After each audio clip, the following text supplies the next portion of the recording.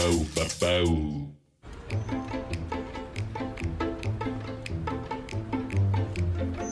nouveau venu sur la scène de l'humour belge est un petit gars bien de chez nous. Dan Gagnon est d'origine québécoise, mais vit en Belgique depuis une dizaine d'années. Ce qui fait rire les Belges, Dan l'a probablement très bien compris, puisqu'il anime sur les ondes de la RTBF le Dan Late Show, une émission très populaire ici. On va commencer l'enregistrement et tout. Là, ça fait arrêter de faire du bruit parce que ça veut dire que le public est prêt, que tout le monde est prêt. Et d'après moi, ils attendent que je me taise avant d'enchaîner. Je suis un grand professionnel. Bonsoir tout le monde, bonsoir! S'il vous plaît, bonsoir tout le monde, bonsoir! Voilà, c'est pour montrer à quel point c'est fake. Ah! Plus rien. Dès qu'un gars arrête de... Tout le monde fait... Non! On l'aime, mais pas tant que ça, quand même. Ça n'a jamais vraiment marché en Europe, des shows comme ça. Dans l'imaginaire collectif, les gens pensent qu'il faut que tu aies Brad Pitt puis un numéro de claquette avec Justin Timberlake pour que ça marche.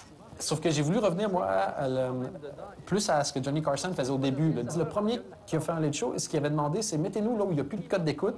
Comme ça, on va pouvoir parler à qui on veut, de la façon dont on veut. C'était des humoristes qui étaient tannés, en gros, de se faire dire « Ah, sois drôle pour les 7 à 77 ans. » Ils avaient envie de faire un show qui leur plaisait à eux. Et moi, c'est ça que je leur ai vendu. Moi, je ne vais pas faire la course à l'invité le plus populaire. Je veux juste interviewer des gens qui m'intéressent vraiment. Vous aviez fait quoi, vous, d'ailleurs, la veille?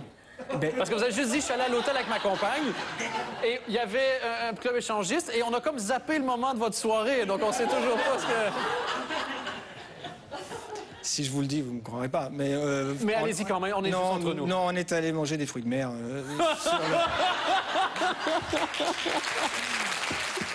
En assurant la barre d'un late show ici, Dan Gagnon a apporté un peu de sa culture nord-américaine avec lui.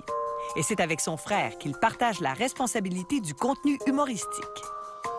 Ensemble, à chaque semaine, on épluche l'actualité, on regarde quel sujet est déjà drôle, parce qu'en Belgique, il y a quand même des choses un peu insolites qui se passent à la base, donc on n'a pas besoin de creuser trop longtemps à la fois. Sinon, il y a Bipost, il y a quelques jours, qui a lancé une grande campagne contre l'analphabétisme. Ils ont été très, très déçus. Apparemment, très peu de retours aux lettres qu'ils ont envoyées aux analphabètes. Très, très peu. Ils sont extrêmement déçus de l'efficacité de la campagne pour l'instant. On dit souvent que c'est le pays du surréalisme, autant pour le courant d'art surréaliste qui est entre autres originaire de la Belgique, mais aussi, il y a juste vraiment des choses vraiment bizarres qui se passent ici. Puis c'est un pays de la bande dessinée, donc l'humour, je pense que le trait est un peu plus gras des fois, un peu plus slapstick, un peu plus bouffon, donc je pense que ça passe quand même assez bien. Il y a quand même une belle autodérision en Belgique, donc si on pointe leur truc un peu bizarre, des fois les gens trouvent ça assez drôle. En plus d'animer le Dan Late Show à la RTBF, Dan Gagnon présente aussi son spectacle solo un peu partout dans les salles du pays. Le stand-up, comme nous, on le connaît en Amérique du Nord, à mon sens, en tout cas, il est vraiment au tout début. Ça va sonner comme une insulte, mais ça n'en est pas une, parce que j'aime assez le pays, je suis devenu belge, j'ai demandé ma nationalité. Là. Mais on dirait plus un stage pays qu'un pays. C'est pas tout à fait un pays encore, des fois.